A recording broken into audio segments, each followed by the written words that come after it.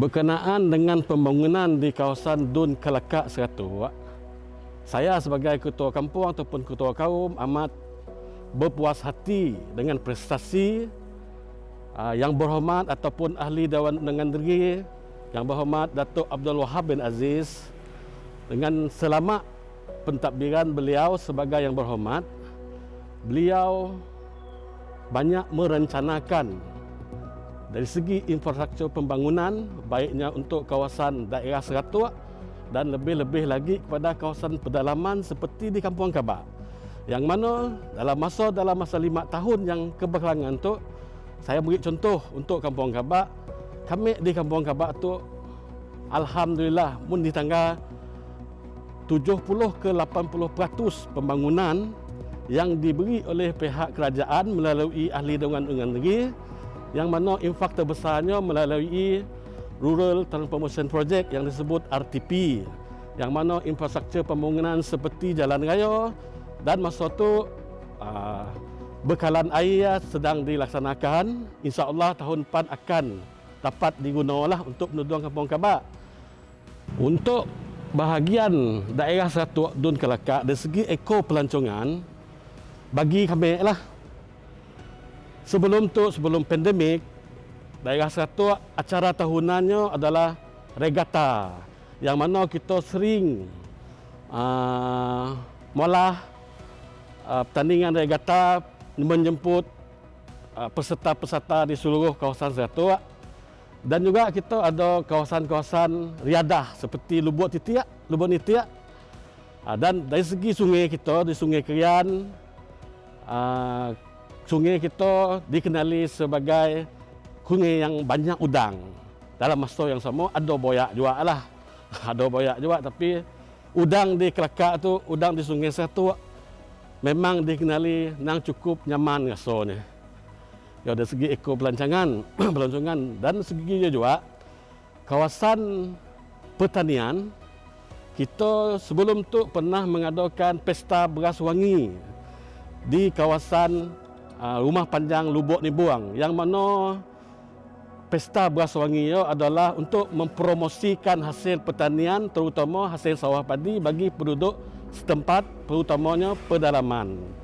Sebab di kawasan Rumah Panjang Lubuk Nibuang itu kerajaan negeri dah memperuntukkan skim padi, yang mana di situlah kawasan skim padi yang berjaya dan boleh meningkatkan sosioekonomi penduduk setempat. Isu-isu semasa yang sering dihadapi oleh penduduk, terutamanya penduduk pedalaman seperti Kabak, Lubuk Nibuang, Kampung Perpat, Kampung Kupang, adalah kenaikan harga barang. Lebih-lebih lagi semasa pandemik tu, kesan kenaikan harga barangnya, terutamanya material untuk membuat binaan seperti rumah, seperti kayu, besi, harga tidak dapat dikawal lagi. Kami sebagai kawasan pedalaman tu terlalu terkesan dari segi kenaikan harga barang, baik di makanan dan minyak masak. Saya pun harap kerajaan negeri ataupun kerajaan persekutuan memberi ataupun mengambil langkah yang lebih serius dari segi kenaikan harga barang, terutamanya harga minyak masak, yang mana kini itu susah kita nak mendapat bekalan minyak masak yang packaging ya, yang sekilo. Yang ada masa tu hanyalah yang betul. Yang betul itu harganya pun kita pun tahu terlalu membebankanlah kenaikan harga barang. Harapan saya sebagai ketua kaum agar calon yang akan datang tu akan memberi kesinambungan yang telah diusahakan oleh Yang Berhormat Dun sebelum tu lah, supaya dari segi infrastruktur, ekonomi, pembangunan untuk kemajuan penduduk setempat, baik di pedalaman ataupun kawasan pekan dan bandar Seratua lah. Dan harapan saya supaya akan ada input-input ekonomi yang akan dibangunkan, dan saya harap wakil rakyat yang akan datang akan menyediakan dari segi pendidikan macam institusi kemahiran seperti politeknik. Kita yang dah ada kini itu ada giat mara.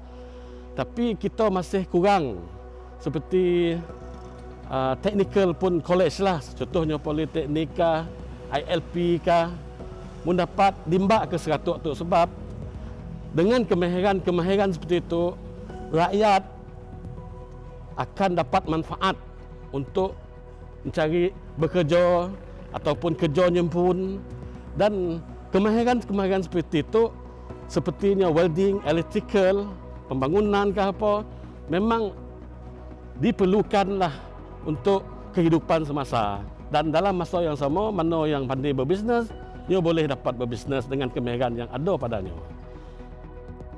Dun Kelakar sejak berada di bawah pentadbiran Yang Berhormat Datuk Haji Abdul Wahab bin Aziz telah mengalami pembangunan sama ada pembangunan infrastruktur ataupun kemudahan asas yang sangat pesat.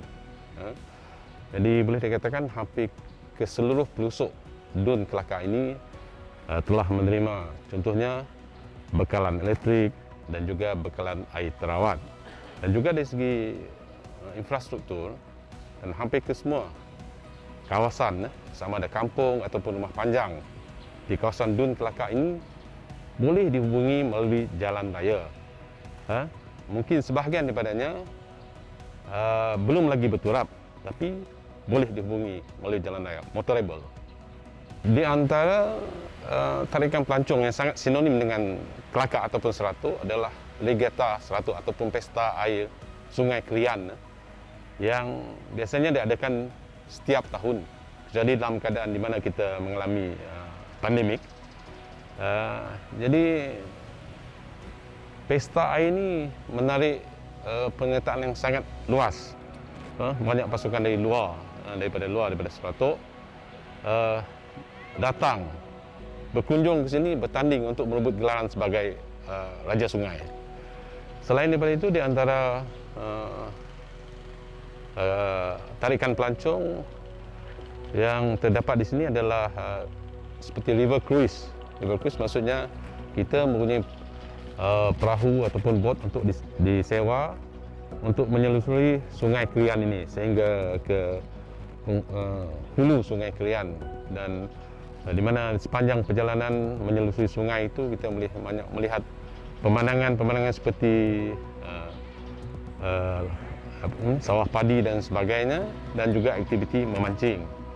Dan dalam pada masa sama kita mempunyai tarikan dari segi agrotourism, khususnya penternakan. Macam saya sendiri terlibat dengan penternakan kambing dan unggas. Jadi dengan adanya aktiviti ini kita boleh membawa ramai orang luar berkunjung ke ladang mini kita.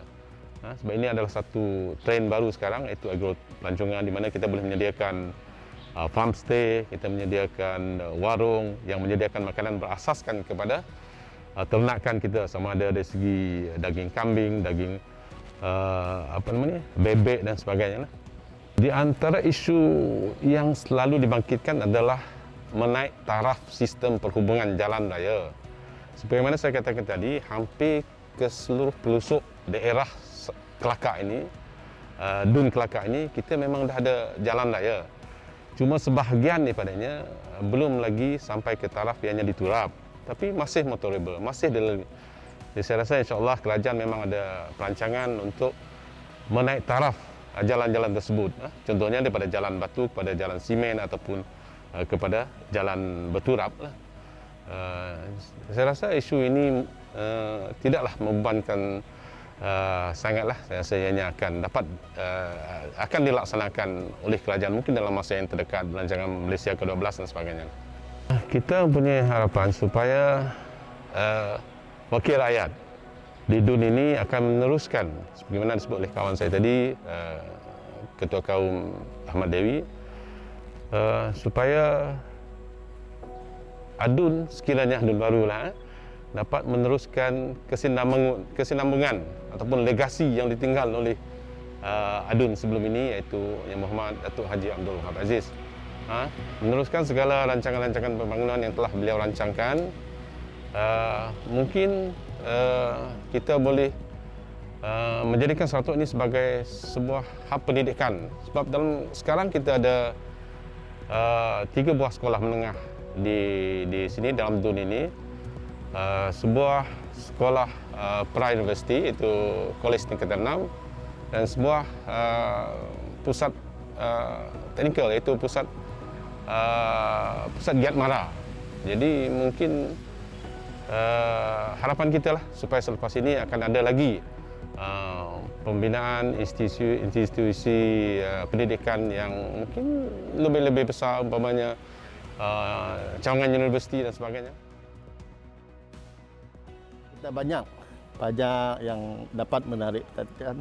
Antaranya adalah tempat makan yang menjadi daya tarikan banyaklah, tempat makan.